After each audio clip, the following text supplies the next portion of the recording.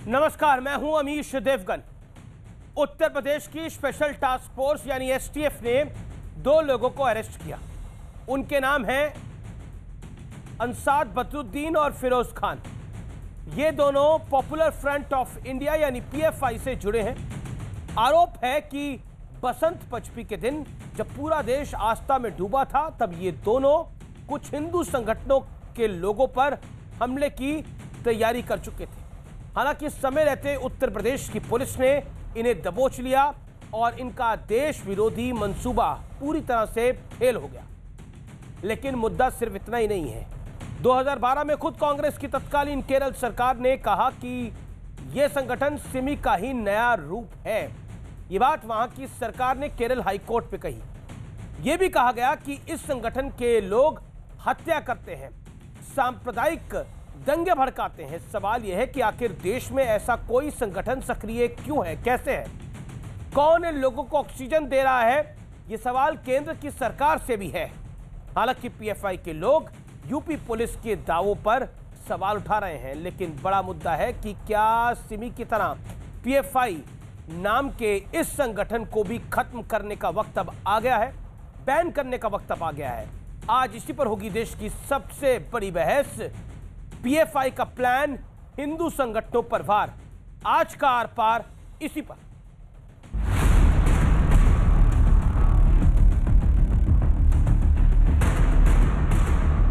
उत्तर प्रदेश की special task force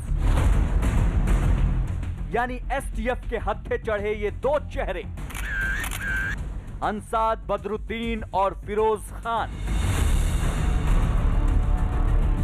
serial blast की बहुत बड़ी साजिश में शामिल थे, ऐसा यूपी पुलिस का दावा है। पुलिस का यह भी कहना है कि ये दोनों पॉपुलर फ्रंट ऑफ इंडिया यानी पीएफआई से जुड़े हैं।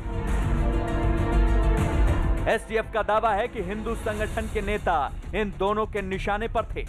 इन दोनों को हथियारों और विस्फोटक के साथ लखनऊ से गिरफ्तार किया गया है। हम लोगों ने ये पाया कि हाथरस कांड के दौरान भी इस ऑर्गेनाइजेशन ने माहौल बिगाड़ने की कोशिश की और उसके बाद से उस समय भी हम लोगों ने पीएफआई के कुछ सदस्य पकड़े। हमने अभी तक 123 इनके सदस्य पकड़े हैं। हमारे पास कुछ इंटेलिजेंस इनपुट था और इनकी मंशा देश में गड़बड़ी फैलाना है, देश की अखंडता, संप्रभुता और प्रदेश की जो हमारी वर्तमान स्थिति है उसमें गड़बड़ी फैलाना है। अभी तक के हिसाब से ये कुछ महत्वपूर्ण व्यक्तियों को टारगेट कर रहे थे और इसमें जिससे कि कारण बहुत वैमनस्यता फैल सकती थी समाज में। दोनों की गिरफ्तारी के बाद पॉपुलर फ्रंट ऑफ इंडिया पर बैन लगाने की मांग उठ रही है और साथ ही सियासत भी जमकर शुरू हो चुकी है। विपक्ष के लोग इस पर मौन क्यों हैं, इसका जवाब कांग्रेस को देना चाहिए, प्रियंका वाड्रा जी को देना चाहिए, इसका जवाब अखिलेश यादव जी को देना चाहिए। केरला से संचालित हो रही है, केरला से राहुल गांधी जी सांसद हैं, उनको जवाब देना होगा। उधर पीएफआई का दावा है कि उसके इन दोनों सदस्यों को फंसाया जा रहा है। पीएफआई का कहना है कि ये दोनों संगठन के काम से बंगाल और बिहार गए थे और 11 फरवरी के बाद से ही दोनों गायब थे। पीएफआई का यह भी दावा है कि 16 फरवरी को केरल में इनकी गुमशुदगी की शिकायत भी दर्ज करवाई गई थी। हालांकि आज पीएफआई की कुंडली खोलना भी जरूरी है। पीएफआई सदस्यों पर हत्या के 27 और हत्या की कोशिश के 86 मामले दर्ज हैं। इस संगठन पर सांप्रदायिक दंगे भड़काने के 106 मामले दर्ज हैं। पीएफआई ने सीएए का खुलकर विरोध भी किया था। देश विरोधी गतिविधियों के चलते फरवरी 2019 में झारखंड की सरकार पीएफआई को बैन भी कर चुकी है। तो क्या वाकई अब पूरे देश में इस संगठन को बैन कर देना चाहिए? आज इसी पर होगी देश की सबसे बड़ी बहस।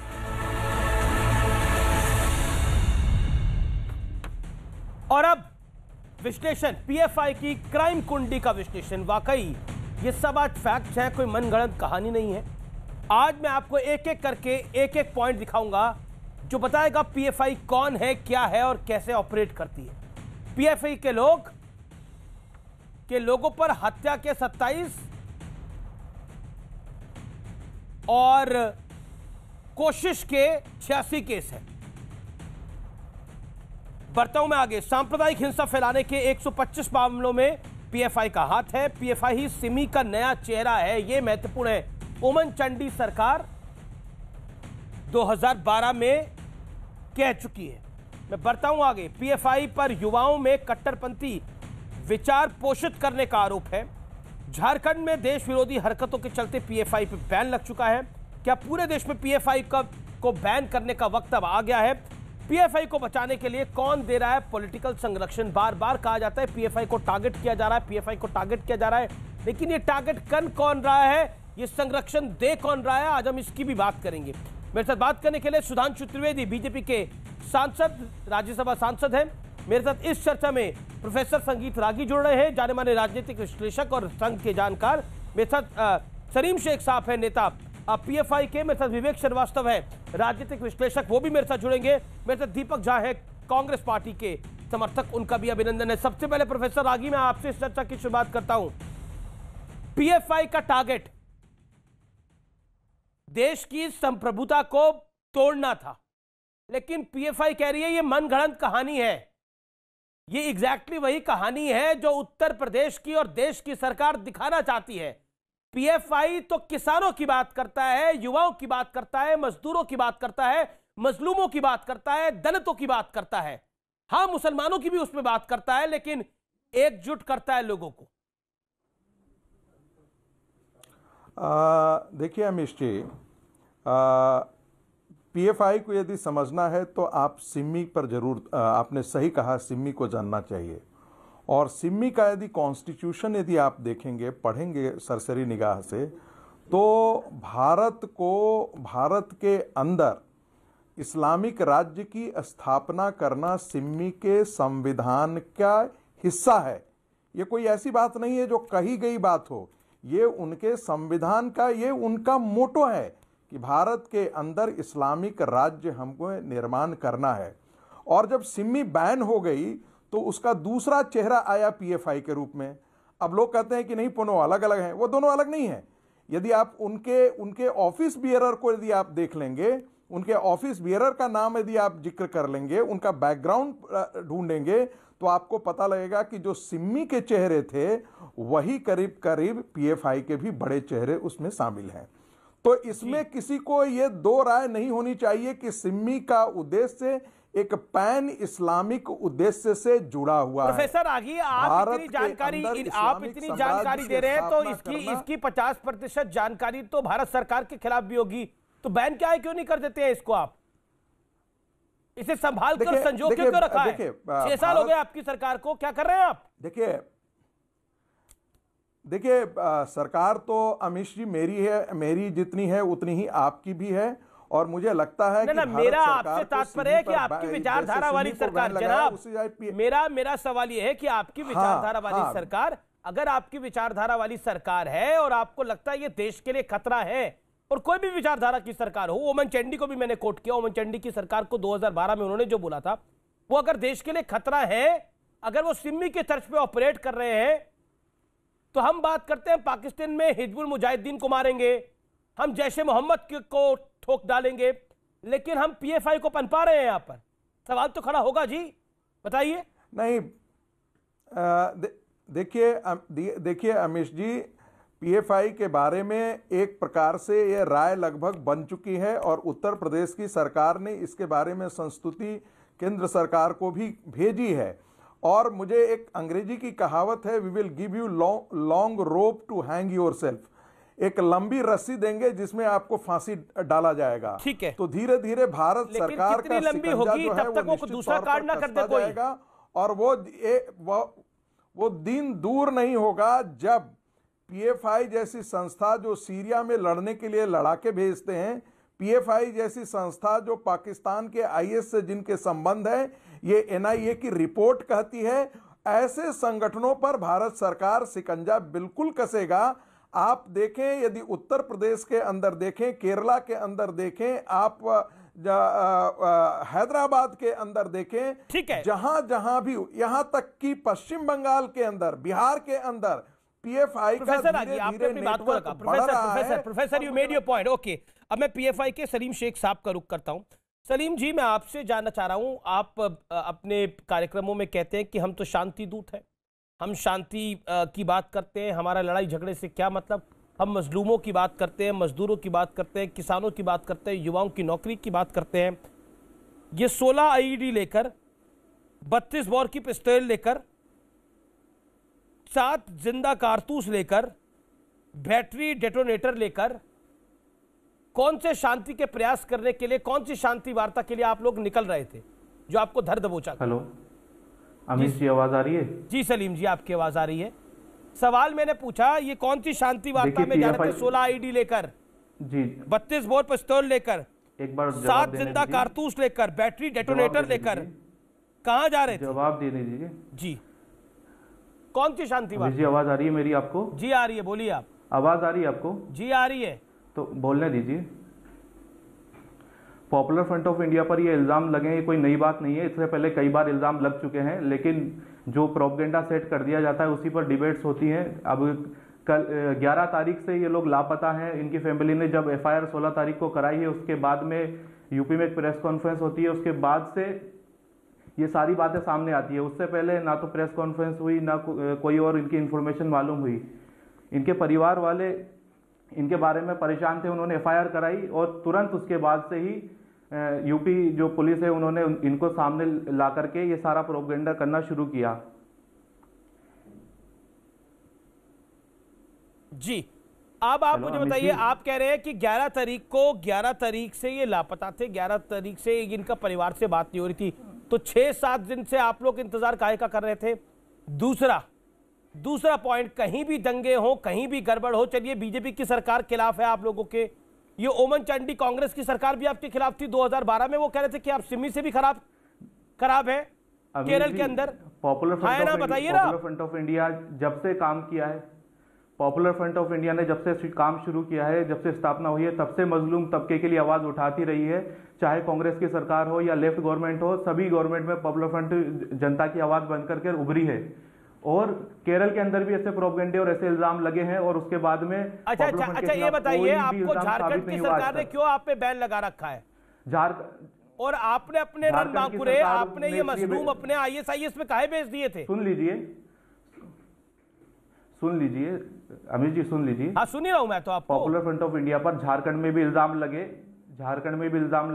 आसाम में भी इल्जाम लगे, कर्नाटक में भी इल्जाम लगे, लेकिन आपने इनका तहकीकात नहीं की। इन इल्जामों के बाद हुआ क्या? यूपी के अंदर इससे पहले CA/NRC के विरोध में जो प्रदर्शन हुआ उसमें गिरफ्तारियां हुई है, केस चल रहे हैं। हाँ, मैंने तहकीकात करी। उत्तर प्रदेश में जो आप पर केस चल रहे हैं, नहीं चल रहे PFI पे केस, आपके कितने लोग गिरफ्तार है उत्तर प्रदेश के अंदर? आप ही लोग लिस्ट जारी करे थे, हमारे 30 लोगों को अंदर डाल दिया, हमारे 40 लोगों को अंदर डाल दिया। नाकाम हुई, उनके खिलाफ सबूत देने के, नहीं तो सबूत आप डिसाइड करेंगे, आप कोर्ट भी बन गए हैं क्या सबूत देने के लिए?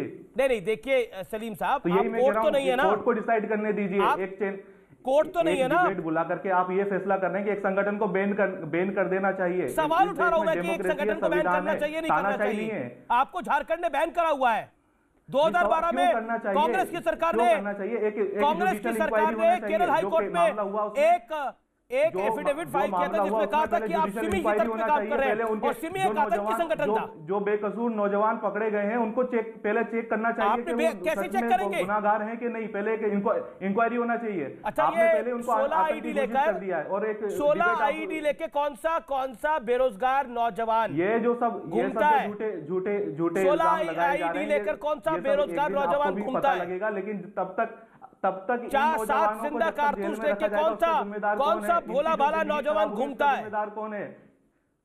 क्या ये नई तैयारी हो गई है? सालों तक जेल में रहे और बेकसूर बाद में निकले। ओके, प्रोफेसर आगी जवाब देंगे। प्रोफेसर आगी जवाब देंगे। प्रोफेसर आगी आप लेंगे? प्रोफेसर आगी। अमीश जी, पाकिस्तान के जब उग्रवादी भारत के अंदर पकड़े जाते हैं तो पाकिस्तान भी यही बात कहती है कि हमारे लोग नहीं थे, हमारे लोग इसमें शामिल नहीं हैं। PFI के बारे में जितने भी दंगे हुए हैं इस देश में या हो रहे हैं, जहां भी उपद्रवकारी, CA का हमको ध्यान में आया होगा, पीएफआई का नेटवर्क, पीएफआई की फंडिंग, उनके बाहर के आने के फंडिंग, इन सारी चीजों का वाकया और इसका विस्तृत विवरण तो एनआईए ने दिया है।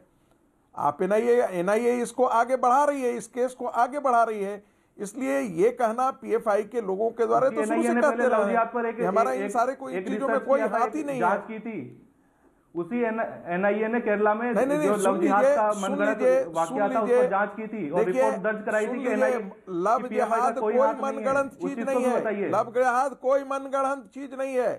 लव जिहाद कोई हम लोगों ने नहीं ये किया था। लव जिहाद दक्षिण पंथियों ने नहीं शुरुआत किया था। ने जो लव जिहाद की बात जो है वो क्रिश्चियन संगठनों ने केरला के अंदर किया था। केरला की हाईकोर्ट ने इसका जिक्र किया था। एनआईए ने जिक्र किया था।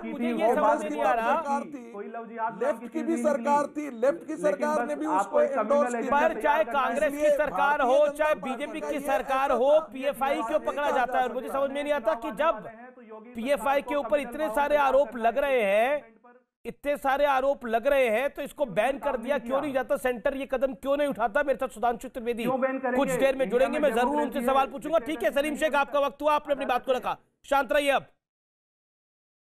अब मैं विवेक श्रीवास्तव जी का रुख करता हूं। देखिए सलीम शेख, मेरी बहस ऐसी नहीं है जिसपे आप बार बार बोलें, प्लीज बाकी लोगों को भी आने दीजिए। विवेक श्रीवास्तव, तो पीएफआई के समर्थन में आपके पास दो बड़ी बातें कौन सी हैं? देखिए पीएफआई का समर्थन हम लोग ऐसा नहीं कर रहे हैं, और जो लेफ्ट की सरकार है केरला के अंदर, हम लोगों ने भी बहुत सारी इंक्वायरियां करी हैं, पीएफआई के खिलाफ एक्शन भी लिया है और कई केसेस भी हैं। लेकिन देखिए, जब आप एक संगठन को बैन करने की बात करते हैं, अभी संगीत रागी कह रहे थे साहब सिमी नाम का एक ऑर्गेनाइजेशन था, बड़ा खराब था, उसके अंदर जो चेहरे थे, सिमी को बैन किया तो पीएफआई खड़ा हो गया। तो समस्या के मूल में भी हम जाएं, आप पीएफआई को बैन करेंगे कोई तीसरा खड़ा हो जाएगा। यानी कि आपके समस्या के मूल में क्या है?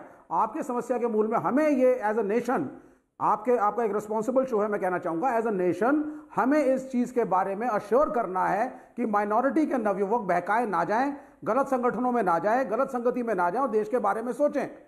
संगठनों को बैन करने से समस्याएं नहीं रुकती हैं। तो क्या आप वकालत कर रहे हैं? एक सेकंड विवेक जी, मैं वकालत नहीं कर रहा। एक सेकंड, क्या आप वकालत कर रहे? नहीं, मैं सवाल आपसे पूछ रहा हूं, मेरा सवाल तो सुनिए, मैं ये पूछ रहा हूं आपसे, ये आपकी बात ऐसी लग रही है आप वकालत करें जैसे फ्रांस में कट्टरपंथियों के खिलाफ एक कानून आया, ऐसा भारत में भी आना चाहिए। फ्रांस की तर्ज पे हम कानून लेके आए, आप सपोर्ट कर रहे हैं उस ऐसे कानून की? नहीं, क्योंकि आज ही कानून मंत्री से जब ये सवाल पूछा गया, आज ही जब कानून मंत्री से सवाल पूछा गया, उन्होंने बोला कि अभी हम उस कानून का अध्ययन करेंगे, फिर हम आगे की सोचेंगे। लेकिन मैं आपसे जान रहा हूं, आप तो पहले से ऐसे कानून की वकालत कर रहे हैं कि कट्टरपंथियों के खिलाफ फ्रांस की तर्ज पे कानून आए। क्या मैं सही सोच रहा हूं? क्या आप यही चाह रहे हैं? देखिए मार्क्सवाद, आप देखिए सुनिए, मार्क्सवाद सीधा कहता है religion is the opium of the masses, धर्म एक अफीम है समाज के लिए, और पॉलिटिकल लाइफ से, सोशल लाइफ से इसका लेना देना नहीं होना चाहिए। धर्म आपके स्पिरिचुअल एस्पिरेशंस के लिए व्यक्तिगत चीज है। आप रोज राम की पूजा करें, मर्यादा पुरुषोत्तम राम को माने, अल्लाह अकबर करें, नमाज पढ़िए, but that is your personal life, you should not drag it in the social life. Unfortunately जब से भारतीय जनता पार्टी 7 साल से स्ट्रांगली पावर में आई है इस वक्त पूर्ण बहुमत के साथ, तो देश के अंदर हिंदू मुसलमानों का एक पोलराइजेशन हुआ है। एक नैरेटिव जो है मेजॉरिटी पॉपुलेशन को दिया गया है कि 14.5% मुसलमानों से 80% हिंदू खतरे में है। मुसलमान बाहुल्य क्षेत्र में हिंदू रह नहीं सकता है, मुसलमानों की आबादी बढ़ेगी, एक दिन यहां पे साहब मुसलमानों का राज्य कायम हो जाएगा। तो ये जो नैरेटिव है, इससे इतना रिफ्ट समाज के अंदर फैल चुका है, इस रिफ्ट को हमें कम करना पड़ेगा। और जब एक्शन होता है तो रिएक्शन होता है। जब आप जय श्री राम, जो कि एक बहुत ही सम्मानित शब्द है, उसको लेकर के दंगा करने की कोशिश करेंगे, लड़ाई झगड़ा, तो रिएक्शन भी होगा। तो उस रिएक्शन को हमें रोकना होगा। वो तो ये आप करना करिए, ये बड़ी बड़ी बातें बोल रहे हैं आप। देखिए आप कह रहे हैं कि जय श्री राम को अगर आप बोलेंगे तो इसका रिएक्शन होगा। तो जो पीएफआई के आतंकी थे, ये डेटोनेटर लेकर, जिंदा कारतूस लेकर रिएक्शन देने जा रहे थे। जी नहीं, बिल्कुल, आप पकड़ करके डालिए जेल में, लेकिन ये बच्चे ओके प्रोफेसर आगे की नौबत आई क्यों? प्रोफेसर आगे, धर्म एक अफीम है, सोचिए, धर्म एक अफीम है, इसको नहीं चटाना चाहिए। और ये पब्लिक डिस्प्ले ऑफ रिलीजन बहुत ही गलत है। लेकिन 2014 से पहले भी शायद इफ्तार पार्टियां होती थी, वो पब्लिक डिस्प्ले ऑफ रिलीजन था कि नहीं था? नमाजें पढ़ी जाती थी, वो पब्लिक डिस्प्ले नहीं था? ये बताइए ना, भजन कीर्तन भी होते थे, वो पब्लिक डिस्प्ले था कि नहीं था? ये तमाम चीजें आएंगी ना उसके अंदर फिर। और जो नेता टोपियां डाल के घूमते थे, वो पब्लिक डिस्प्ले ऑफ रिलीजन था कि नहीं था? धर्म एक अफीम है, लेकिन वो एक तरफ के लिए लोगों के लिए है क्या धर्म एक अफीम? एक सेकेंड प्रोफेसर आगी बताइए, विवेक जी समझदार आदमी है आप, धर्म एक अफीम एक ही तरफ के लोगों के लिए है, दूसरी तरफ के लिए नहीं है। देखिए सुनिए, हाँ बताइए। मैं बताता हूं, दिल्ली के अंदर एक कल्चर है फूल वालों की सैर। उसमें जाकर के एक चादर एक मंदिर से चढ़ती है और जाकर के दरगाह पे चढ़ाई जाती है जी। और ये बहुत समय से चल रहा है। यहाँ पे आपके हजरत निजामुद्दीन की दरगाह भी है, ख्वाजा अजमेर शरीफ भी हैं, कबीर हमारे सूफी हुए हैं, और भारत की जो संस्कृति आज है इसके अंदर हिंदू और मुसलमान दोनों इस संस्कृति का पार्ट है। अगर आप रिलीजियस हार्मोनी के लिए इकट्ठे होते हैं, हिंदू मुसलमान की तो आपने तो कमाल कर दिया, हिंदू मुसलमान की तो बात ही नहीं हो रही। मैंने अपनी बहस में हिंदू मुसलमान का वर्ड नहीं लेके आया, पीएफआई की बात करी, और आप इसको पूरी तरह से हिंदू मुसलमान आपने पोलराइज कर दिया। आपने बोला 2014 के बाद जब से बीजेपी आई है तब से स्थिति खराब हो गई है, जब से ये जय श्री राम का नारा लगाते हैं उसके बाद रिएक्शन तो होगा ही होगा। आपने पोलराइज करा, आपने तो एक तरह से ब्लेम करार लगा दिया कि जो जय श्री राम का नारा लगाते हैं वही जिम्मेदार है पीएफआई के लिए। कितनी बड़ी बात बोली आपने। एक्शन का रिएक्शन कितनी क्या एक्शन हुआ है? आप मेजॉरिटी को पोलराइज करेंगे, एक्शन का reaction. Okay, Sudhanshu Trivedi then professor आगे। सुधांशु रिस्पॉन्ड। बड़ी बड़ी बातें हुई हैं, जवाब। विवेक श्रीवास्तव जी ने का भी मैं वक्तव्य सुन रहा था जब तक हम जुड़ रहे थे इसमें, तो इन्होंने दो बात कही, रिलीजन इज एन ओपियम। आप व्यक्तिगत आधार पर जो करें, मतलब व्यक्तिगत रूप से आप ओपियम लेते रहे तो कोई समस्या की बात नहीं। एक्चुअली में आपका सिद्धांत धर्म से नफरत करता है, धर्म के प्रति निरपेक्ष नहीं है। दूसरा, आपने कहा एक्शन का रिएक्शन होता है, तो मान्यवर आप तो एक अंतरराष्ट्रीय पार्टी हैं, आपका तमाम देशों में कम्युनिस्ट का विस्तार है, तो ये एक्शन का रिएक्शन एक ही जगह क्यों हो रहा है पूरी दुनिया में? ये चाइना जो कम्युनिस्ट है वो सिकियांग प्रोविंस में मुस्लिमों से ही क्यों लड़ रहा है?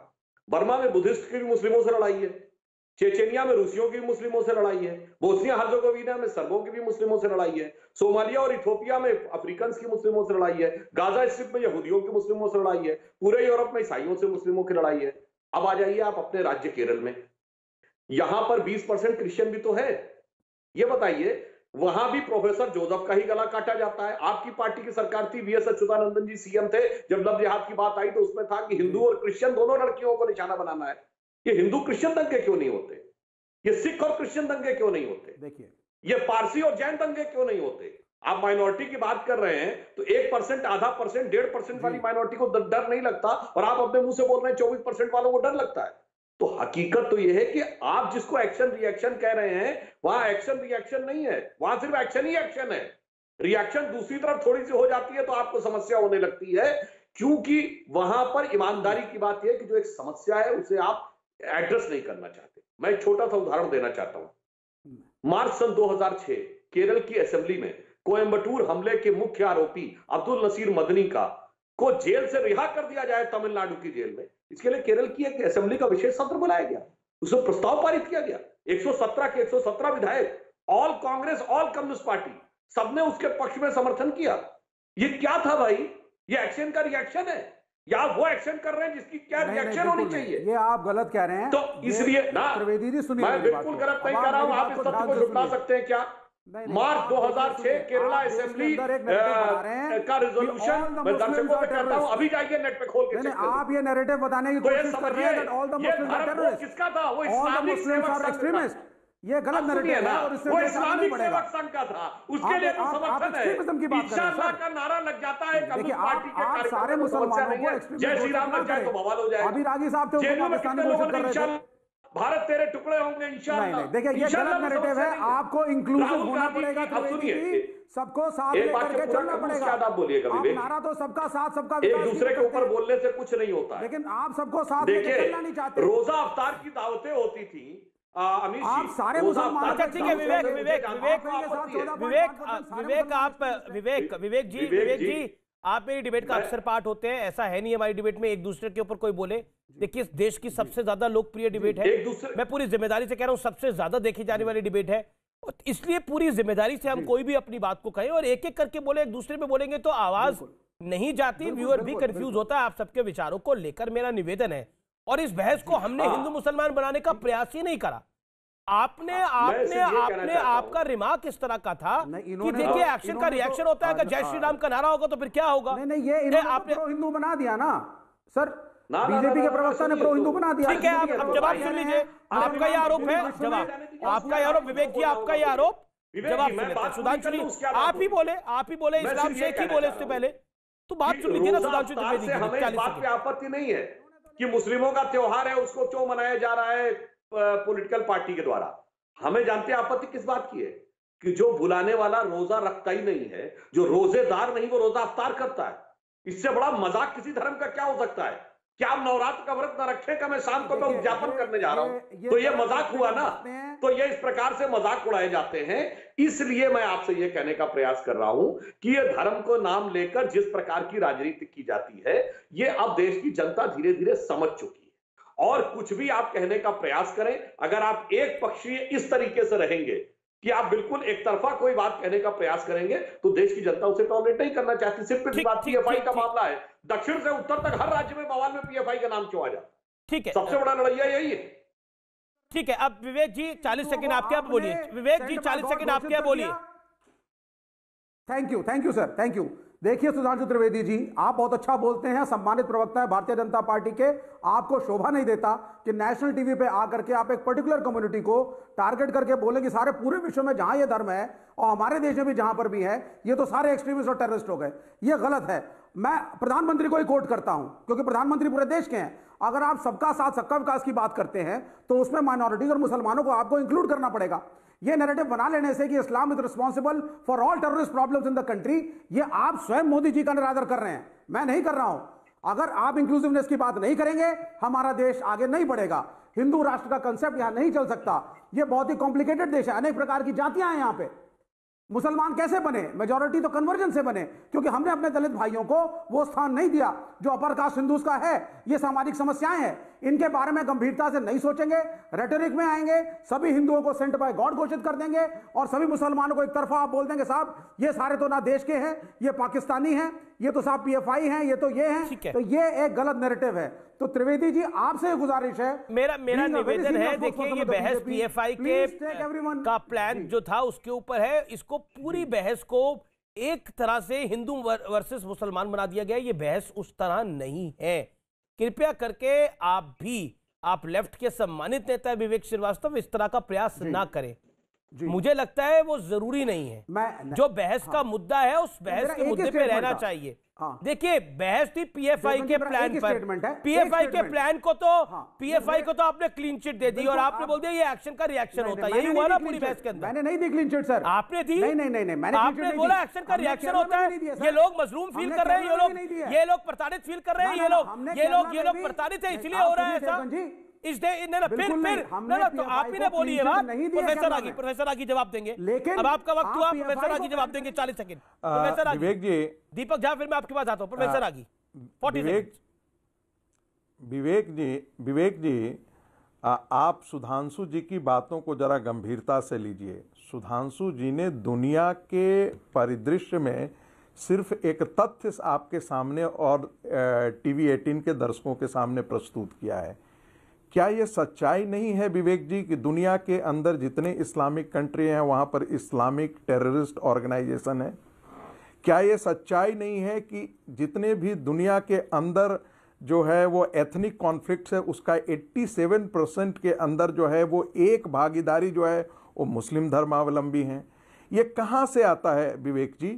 आपके बारे में अभी चीन के बारे में जिक्र किया जाता था। वामपंथी लोग चीन के अंदर पर्सनल लिबर्टी नाम की कोई चीज नहीं है, कोई भी चीज नहीं है। चीन का मॉडल इस्लाम को टैकल करने का अपने आप में अनूठा है। उनकी कारों पर जीपीएस सिस्टम लगा दिए जाते हैं। चीन की सेना जो है उनके घरों में 6 महीने तक रहती है, उनके परिवार के बीच में रहती है और उनका सोशलाइजेशन करती है। क्या कोई भारत के अंदर इस प्रकार की चीजें सोच सकता है? लेकिन इसके बावजूद भी भारत के वामपंथी लोग चीन में जो ह्यूमन राइट्स का वायलेशन होता है उसके बारे में गूंगी मार लेते हैं, चुप्पी मार लेते हैं। ऐसा क्या कारण है विवेक श्रीवास्तव कि विवेक जी कि इस्लाम के दकियानूसी चीजों को और उसकी कट्टरता के बारे में वामपंथी लोग और वामपंथी विचारधारा के बारे में लोग चिंतन ही नहीं करते हैं, कोई बात ही नहीं करते हैं। हिंदू धर्म के अंदर तो आप सारी बातें कर लेते हैं, जरा उनके बारे में भी तो बात करके देखिए ना। मुझे लगता है मुझे विषय पे वापस आना पड़ेगा। के बारे में आप टिप्पणी करके देखिए, आपके हाथ काट लिए जाते हैं और आप चुप्पी साध लेते हैं। नहीं, आप तो ये कौन सा विमर्श है? ऐसा नहीं है, ऐसा नहीं है। मैं सिर्फ ये कहूंगा रागी साहब, आप मेरी बात को ध्यान से सुने, 10 सेकंड में खत्म कर दूंगा मैं। ये मत बोलिए, कम्युनिस्ट रशिया ने इसको बोलिए कि मैंने क्या गलत कहा है तालिबान से लड़ा। नहीं, आप सुन लीजिए, मेरे थोड़ा सा ऑल्टरेशन में करूंगा। कम्युनिस्ट रशिया तालिबान से लड़ी, खत्म करने की पूरी कोशिश करी, और Taliban was the creation of American, a capitalist country. पहला सत्य। कम्युनिस्ट जहां भी जाते हैं, हम धार्मिक फैनेटिज्म को बर्दाश्त नहीं करते, चाहे वो मेजॉरिटी कम्युनिटी का हो या माइनॉरिटी कम्युनिटी का हो। Point number 1। दूसरी चीज मैं आपको बताऊंगा, यूनाइटेड स्टेट्स ऑफ अमेरिका और कैपिटलिस्ट बांग्लादेश से आए हुए फैनेटिक्स को आप लोगों ने बसा करके विषय पे रहते PFI is the topic. Deepak Jha, get me Deepak Jha, आप तो फिशरीज की मंत्रालय है कि देश में नहीं है, इसी में उलझे पड़े हैं। आज आपने ट्वीट तो देखे होंगे गिरिराज सिंह के और स्मृति ईरानी के, उन्होंने इटालियन में ट्वीट कर दिए। आप लोग तो उसमें उलझे पड़े हैं। ये पीएफआई पे आपका विचार क्या है? देखिए अमीश देवगन जी, बहुत बहुत धन्यवाद कि आपने मुझे बोलने का मौका दिया। मैं यहाँ पे सारे सज्जनों को सुन रहा था किस तरह से बातें कर रहे हैं। सुधांशु त्रिवेदी जी भी दुनिया भर का इतिहास बताते हैं। मैं आज आपको एक चीज बताता हूँ। ये भाजपा और आरएसएस के जो लोग हैं, ये मैकार्थीवादी लोग हैं। मैकार्थीवादी क्या था वो मैं आपको बताता हूँ कि राष्ट्रवाद के नाम पे भय पैदा करो और लोगों को डराओ। आज भाजपा सरकार वही कर रही है कि देश में क्या कर रहा है, आप विपक्ष का दमन कर रहे हैं, राष्ट्रवाद के नाम पे भय पैदा कर रहे हैं। तो क्या असली राष्ट्रवाद यही है? बिल्कुल नहीं है। अच्छा ठीक है, आपने डेफिनेशन बता दी। पीएफआई भी आपको राष्ट्रवादी दिखती है? सुनिए, पीएफआई आपको राष्ट्रवादी दिखती है या नहीं दिखती? भाजपा, आरएसएस और पीएफआई दोनों ही एक थैली के चट्टे बट्टे हैं। अच्छा। अब आप ये समझ लीजिए, अगर आरएसएस राष्ट्रवादी है तो पीएफआई भी राष्ट्रवादी है, अगर नहीं है तो दोनों ही आतंकवादी संगठन है। मैं आज आपको खुलेआम कह रहा हूं अमीश देवगन जी यहाँ पे बैठ के।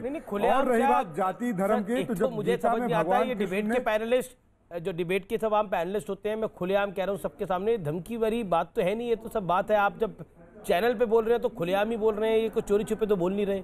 तो इसमें आप बॉडी बिल्डर होंगे, बिल्कुल उसका सम्मान है आपकी बॉडी बिल्डिंग का, लेकिन उसका आप बोले कि मैं खुलेआम बोल रहा हूँ, मेरा कोई कुछ बिगाड़ नहीं सकता।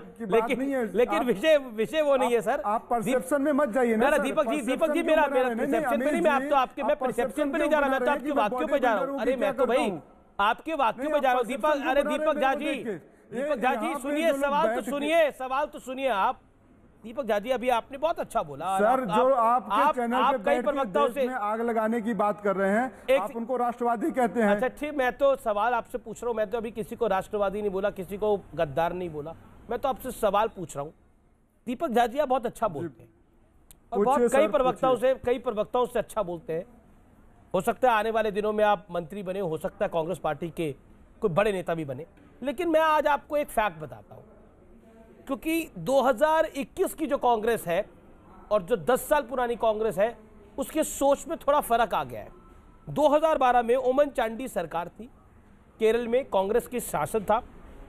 पीएफआई सिमी का नया चेहरा है, ये उसने हलफनामा दिया था हाई कोर्ट में। उसमें आरएसएस का नाम नहीं था, पीएफआई का नाम था। पीएफआई पर युवाओं पर कट्टरपंथी विचार पोषित करने का आरोप है, यह भी उसी सरकार के दौरान कहा गया था। अब आप मुझे बताइए, उस समय की ओमन चांडी सरकार, केरल की कांग्रेस सरकार गलत थी या आप गलत है?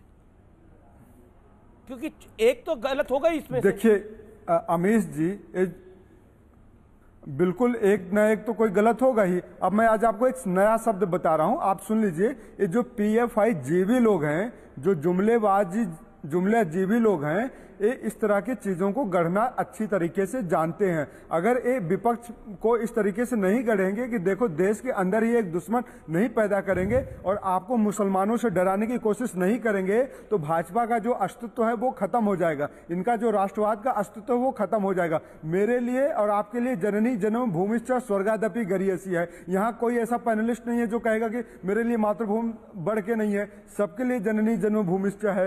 लेकिन ठीक है, मैं सुधांशु जी को लेकर आता हूं।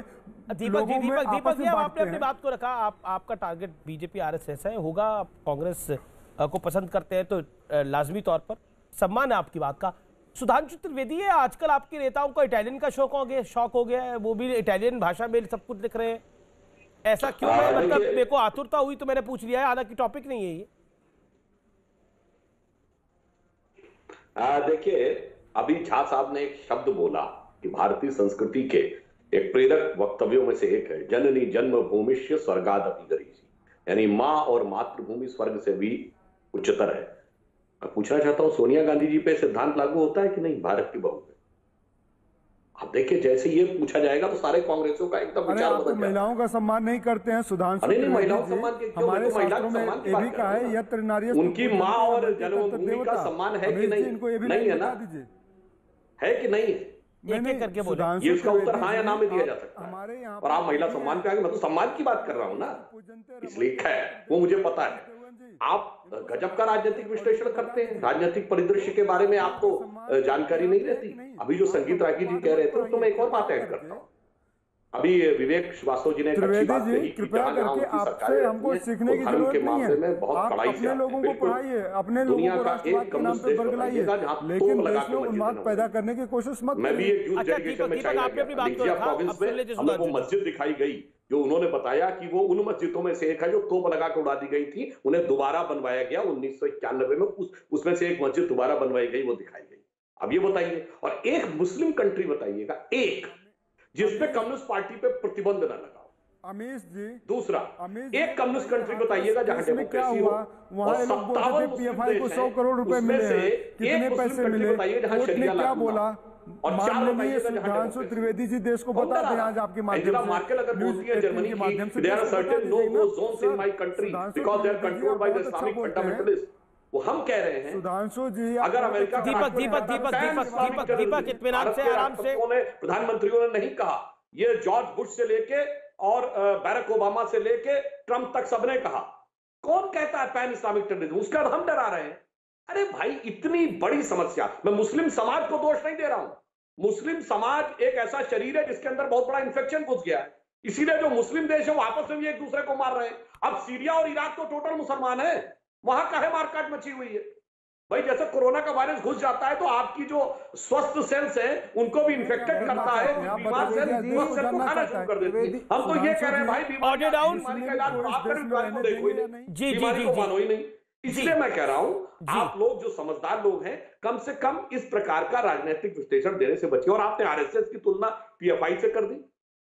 मैं सिर्फ एक बात कह रहा हूं, आरएसएस की तो तारीफ नेहरू जी ने भी की थी 62 के युद्ध के समय, और बुलाया था उनको 26 जनवरी 1963 को। लाल बहादुर शास्त्री जी ने 65 के वार के समय ऑल ऑर्गेनाइजेशन डेलीगेशन ने बुलाया था। बताइए, पीएफआई ने कभी युद्ध के समय ऐसी भूमिका निभाई हो कि प्रधानमंत्री ने उनको 26 जनवरी परेड में बुला लिया हो? अरे कुछ सोच समझ के तुलना करनी चाहिए, केवल रिटोरिक से काम नहीं चलता मान्यवर।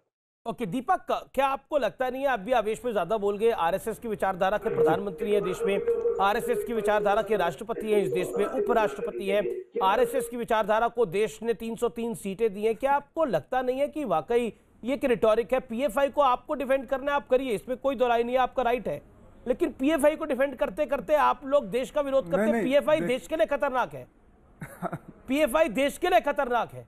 देखिए, अगर उसको सिम्मी आपकी सरकार बोल रही थी तो ये सरकार उस पर कार्रवाई कर रही है।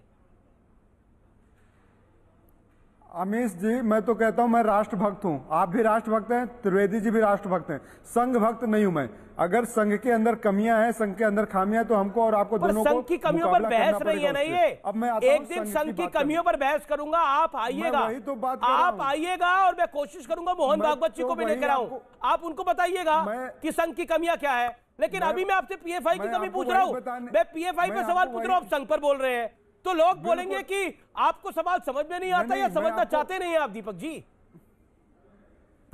आपकी मजबूरी क्या है? सर, मैंने आपको वही बताया कि अगर पीएफआई, मजबूरी मेरी कुछ नहीं, मैं कहूं पीएफआई और संघ एक जैसे हैं। अब आप आकलन करिए कि दोनों कैसे हैं। नहीं, संघ का कौन सा आदमी डेटोनेटर लेकर 7 जिंदा कारतूस लेके पकड़ा गया, बताइए, हाल फिलहाल के अंदर बताइए। असीमानंद जैसे लोगों का इतिहास आप भूल गए हैं, यानी आप कह रहे हैं हिंदू आतंकवाद है का इतिहास भूल गए हैं। ओके, प्रोफेसर आगी। PFI is equal to RSS। मैं तो आतंकवाद की बात कर रहा हूँ। राहुल गांधी ने बोला था Muslim Brotherhood is equal to RSS की बात कर रहा हूँ।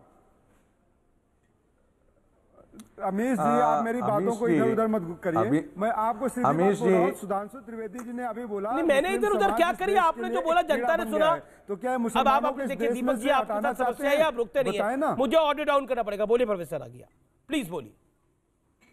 अमीश जी, ज्ञान की सीमा होती है और अज्ञानता की कोई सीमा नहीं होती है। आप अज्ञानी हैं तो आप कुछ भी बोलने के लिए स्वतंत्र हैं, तो इसलिए PFI की तुलना RSS से की जाए तो उसके लिए व्यक्ति स्वतंत्र है। इस देश का विपक्ष भी जानता है कि राष्ट्रीय स्वयंसेवक संघ के देशभक्ति पर तो कोई विरोधी भी प्रश्न चिन्ह नहीं करता है। तो मैं, जैसा सुधांशु जी ने कहा, 26 जनवरी के दिन स्वर्गीय जवाहरलाल नेहरू जी ने बता दीजिए ना, राष्ट्रीय स्वयंसेवक को RSS के गणतंत्र दिवस के परेड में भाग लेने के लिए किया, उन्होंने भाग लिया, समझे? अब आप 2-4-5 लोगों का नाम हाँ बताता हूँ। बहुत अच्छा, ये बार बार प्रश्न किया जाता है। अमीश जी, मुझे बताने दीजिए, जब भारत का विभाजन हुआ था तो 10 लाख से ज्यादा लोग माइग्रेट किए थे। कांग्रेस पार्टी के काडर भाग करके छोड़ गए थे। रावलपिंडी से पेशावर से लेकर के लाहौर तक इतिहास आपको पता है। वही हिंदू महासभा, वही आर्य समाज और वही RSS के लोग, वही डिफेंस कमेटियां बना करके उनको सुरक्षित स्थानों तक पहुंचाना, भारत तक उनको सुरक्षित पहुंचाना, उनकी सुरक्षा करना, मुस्लिम आतंकवादियों से सुरक्षा करना, हत्या से खिलाफ उनको सहेज करके बचाना कांग्रेसियों ने नहीं किया था, ये RSS के लोगों ने ही किया था। ये वो पार्टीशन का दौर था, हिंदू महासभा ने ही किया था, आर्य समाज ने ही किया था। कांग्रेस के काडर तो भाग गए थे साहब।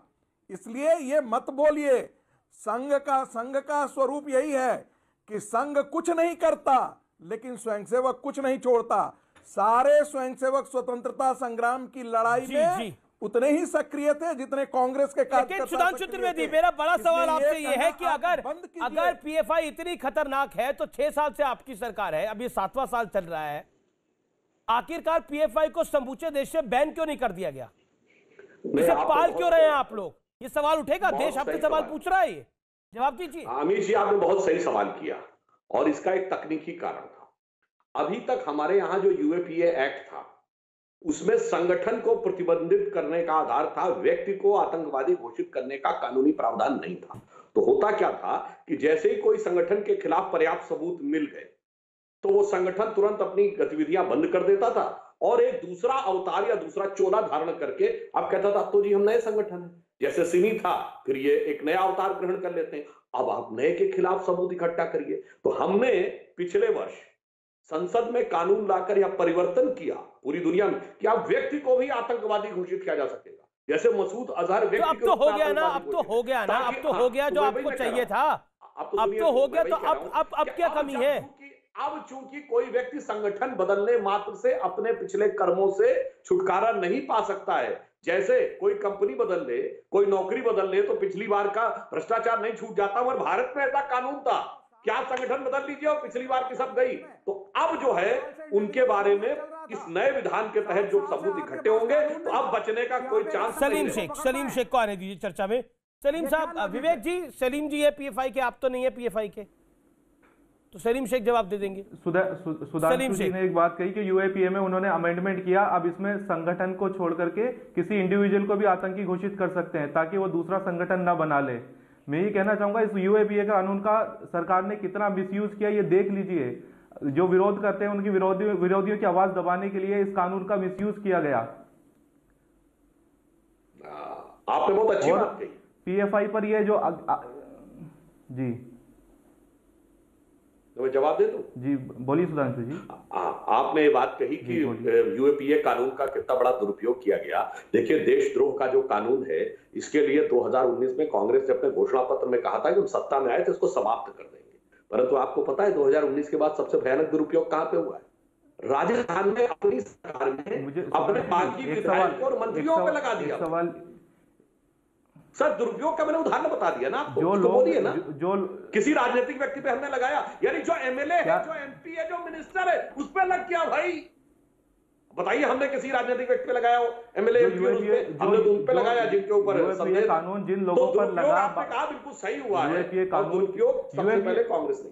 अच्छा एक बात बताइए सलीम शेख, कोई दंगा हो उसमें पीएफआई का नाम आता है, कहीं कुछ जातीय द्वेष फैलाना हो वहां पीएफआई का नाम होता है, बम धमाके हो पीएफआई का नाम आता है, सीए के ऊपर कंफ्यूजन फैलाना हो पीएफआई का नाम आता है। कुछ नहीं हुआ है, जनता के पब्लिक के अंदर एक डर का माहौल पैदा करने के लिए पीएफआई का नाम डर है जाता है, बाद में अदालत में जाकर के वो साबित मुझे बताइए किस पब्लिक पे डर, किस पब्लिक पे डर, कौन सी पब्लिक पे डर?